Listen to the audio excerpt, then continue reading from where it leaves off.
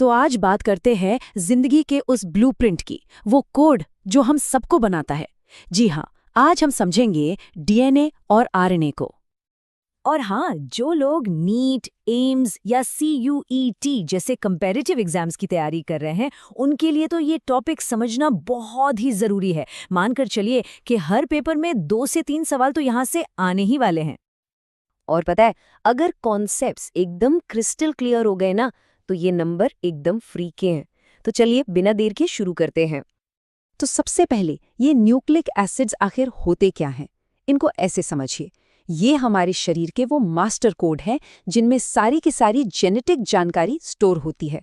मतलब किसी की हाइट कितनी होगी, बालों का रंग कैसा होगा, सब कुछ।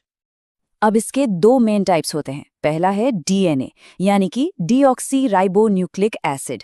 ये है मास्टर डेटा स्टोर जिसमें जेनेटिक ब्लूप्रिंट रखा होता है। और दूसरा है आरएनए, यानी राइबो न्यूक्लिक एसिड। ये वो वर्कर है जो उस ब्लूप्रिंट के हिसाब से प्रोटीन बनाने का काम करता है। अब सवाल ये उठता है कि इतना बड़ा डेटा स्टोर आखिर बनता कैसे है? मतलब इसकी सबसे छोटी यूनिट क्या है? तो इसकी पूरी कहानी शुरू होती है एक बहुत ही सिंपल, बार बार रिपीट होने वाले यूनिट से। और उस यूनिट को हम कहते हैं न्यूक्लियोटाइड। जी हाँ, हर न्यूक्लिक एसिड असल में इन्हीं छोटे छोटे बिल्डिंग ब्लॉक्स की एक लंबी चेन के अलावा कुछ नहीं है। और ये न्यूक्लियोटाइड बनता है 3 हिस्सों से मिलकर। बहुत ही सिंपल स्ट्रक्चर है। इसमें होता है एक शुगर, एक नाइट्रोजनी बेस और एक फॉस्फेट ग्रुप। नाइट्रोजनी बेस को याद रखने के लिए एक बहुत ही अच्छी ट्रिक है।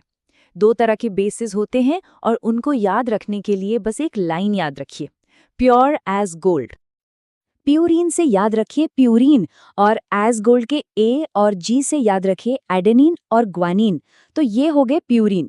और जो बाकी बचे साइटोसिन, थाइमिन और यूरेसिल, वो होते हैं पिरिमिडीन। एक और चीज, ये बहुत इंपॉर्टेंट है, थाइमिन सिर्फ डीएनए में मिलता है और आरएनए में थाइमिन की जगह यूरेसिल होता है। तो चलिए अब आगे बढ़ते हैं और देखते हैं कि ये न्यूक्लियोटाइड्स जुड़कर बायोलॉजी का सबसे मशहूर स्ट्रक्चर डीएनए का डबल हेलिक्स कैसे बनाते हैं। वही स्ट्रक्चर जिसे वॉटसन और क्रिक ने दुनिया के सामने रखा था। तो जैसा कि देख सकते हैं, ये 2 स्ट्रैंड्स हैं जो एक दूसरे के चारों ओर लिपटे हुए हैं, एक डबल हेलिक्स बनाते हुए। और ये दोनों स्ट्रैंड्स एंटी पैरेलल होते हैं। मतलब अगर एक स्ट्रैंड ऊपर से नीचे की तरफ जा रहा है तो दूसरा नीचे से ऊपर की तरफ आएगा। और इन दोनों को आपस में जोड़कर रखते हैं हाइड्रोजन बॉन्ड्स। हाँ, तो सबसे जरूरी बात है बेस पेयरिंग का नियम। ये नियम कभी नहीं टूटता। ए यानी एडेनिन हमेशा टी यानी थाइमीन के साथ ही पेयर बनाता है और इनके बीच बनते हैं 2 हाइड्रोजन बॉन्ड्स। और वहीं जी यानी ग्वानिन हमेशा सी यानी साइटोसिन के साथ पेयर करता है और इनके बीच बनते हैं 3 हाइड्रोजन बॉन्ड्स। ये कुछ डायमेंशंस हैं जो एग्जाम के लिए बहुत ही ज्यादा जरूरी हैं, इनको एकदम याद कर लीजिए। हेलिक्स का जो डायमीटर है वो होता है 20 एंगस्ट्रॉम और हेलिक्स का हर एक पूरा टर्न 34 एंगस्ट्रॉम लंबा होता है, जिसमें 10 बेस पेयर्स होते हैं।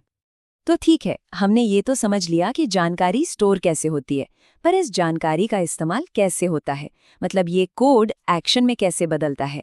इसका जवाब देता है बायोलॉजी का एक फंडामेंटल कॉन्सेप्ट, जिसे कहते हैं सेंट्रल डॉगमा। ये जेनेटिक इन्फॉर्मेशन के फ्लो को बताता है। इसमें 3 स्टेप्स होते हैं। पहला, रेप्लिकेशन, जहां डीएनए खुद की ही एक कॉपी बनाता है। दूसरा है ट्रांसक्रिप्शन, जिसमें डीएनए के कोड को आरएनए में कॉपी किया जाता है। और फिर आता है तीसरा स्टेप, ट्रांसलेशन, जहां उस आरएनए कोड का इस्तेमाल करके प्रोटीन बनाया जाता है। डीएनए रेप्लिकेशन से जुड़ा एक बहुत इंपॉर्टेंट कॉन्सेप्ट है कि ये सेमी कंजर्वेटिव होता है। इसका मतलब क्या है? इसका सीधा सा मतलब है कि जब भी डीएनए रेप्लिकेट होता है तो जो नया मॉलिक्यूल बनता है उसमें एक स्ट्रैंड पेरेंट डीएनए का होता है और दूसरा स्ट्रैंड नया बनता है। तो चलिए आखिर में कुछ बहुत ही जरूरी फैक्ट्स पर नजर डालते हैं जो एग्जाम में सीधे पूछ लिए जाते हैं। एक तरह का रैपिड फायर राउंड समझ लीजिए। पहला सवाल, डीएनए को सबसे पहले किसने डिस्कवर किया था? वो थे फ्रेडरिक मिशर। और ये किसने साबित किया था कि डीएनए ही जेनेटिक मटेरियल है? ये साबित किया था हर्शे और चेज के एक्सपेरिमेंट ने। और आखिर में वो नियम कि प्यूरीन की मात्रा हमेशा पिरिमिडीन के बराबर होती है, ये किसने दिया था? ये थे अरविंद चारगाफ, जिनके रूल्स ने ही डबल हेलिक्स के स्ट्रक्चर को समझने में बहुत बड़ी मदद की थी। तो आज हमने जीवन के इस ब्लूप्रिंट के बेसिक कॉन्सेप्ट्स को समझा, न्यूक्लियोटाइड से लेकर सेंट्रल डॉगमा तक। पर अंत में एक सवाल ये उठता है कि अगर डीएनए जिंदगी का सॉफ्टवेयर है, तो क्या होगा जब इंसान इस कोड को अपनी मर्जी से लिखना और बदलना सीख जाएगा?